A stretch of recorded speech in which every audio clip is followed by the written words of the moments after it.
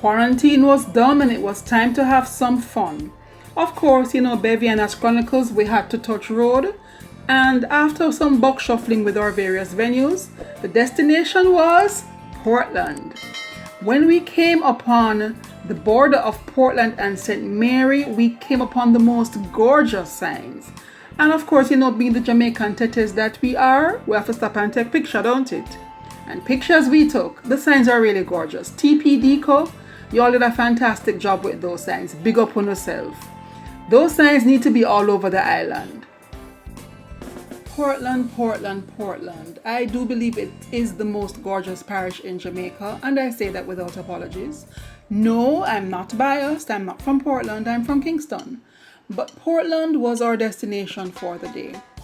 When you go to Portland, there is something that has always fascinated me. You come upon these bays. So you have places like Hope Bay, Anata Bay, Buff Bay, Long Bay, St. Margaret's Bay, bay after bay after bay. And I've often wondered about the history behind it. One of these days, I guess I will do my research and figure it out. But when you drive along that coastline in Portland, I think it's the most beautiful coastline in Jamaica. Others may differ, but again, I say with no apologies, Portland is the most beautiful parish for me. It's a place I've been going to for more than half my life, I can comfortably say. I remember a few years back, I introduced Ariana to it and she has fallen in love with it as well. I have a funny story to tell you about Ariana and our destination, Frenchman's Cove. One year for her birthday, we had this birthday competition going on, and 1 year for her birthday, that's where I took her. And she is so clueless about destinations and locations. She had no idea that she was going to Frenchman's Cove until we got to the gate of Frenchman's Cove. She was guessing that we were in St. Anne, Montego Bay, Mandeville, St. Elizabeth, all of these other places, clueless to the fact that we were going to Frenchman's Cove. And so Frenchman's Cove it was. When we started out on our journey, we had a timeline in view, but we came upon a detour. Just after you pass Castleton, you have to take a left turn if you are getting there anywhere between 9 a.m. and 5 p.m. We had to take a left turn, and that detour was back a God back. If you want to know more about that, you can click the link in the bio. There's a blog that relates to it. But that detour gave us all that we never asked for. It took us an extra hour, maybe hour 15 minutes to get to our destination of Frenchman's Cove. But finally, we were back on the regular road and we were heading to Frenchman's Cove. Marsha and Conroy, our companions for the day, they were clueless, and for the whole day they kept trying to guess where we were going. So when we got to Port Antonio, Marsha finally said, well, Pastor Merced Falls, and anywhere after this is just Frenchman's Cove. And if it's not Frenchman's Cove, it must be Boston. But there's nowhere else to go but Frenchman's Cove. So you can imagine the surprise they got and how pleasant it was when we did indeed turn into the gate of Frenchman's Cove.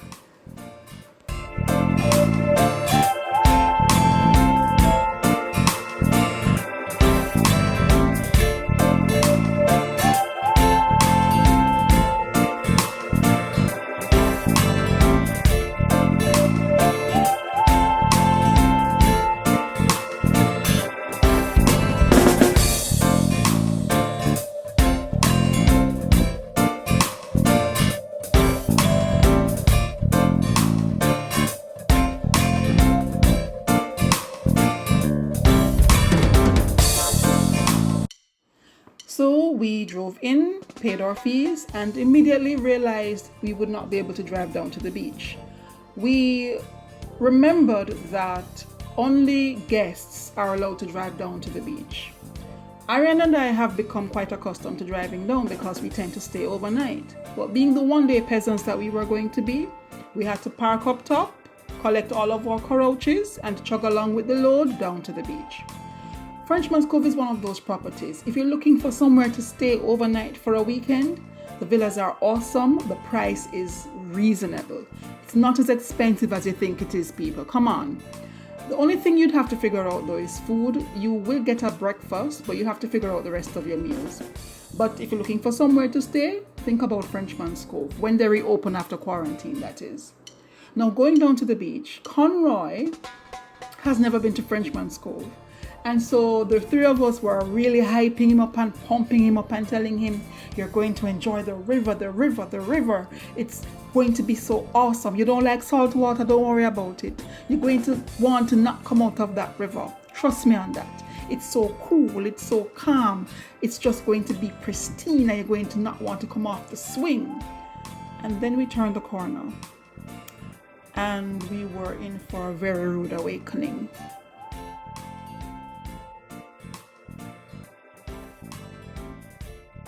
Remember that where the swings are, it used to be deep to the point where you never used to go out there. And when you jump off, the swing, the water is over your head. So what caused this? I don't know. What did you cause this? When you jump off the swing, the water is over your head. Wow. To come over here. Marsha, remember when we come with Carol? Because we Carol have to tread. To go out because she couldn't swim. So. And look at it now. Oh my God, this is so devastating. There's no more river. This is devastating.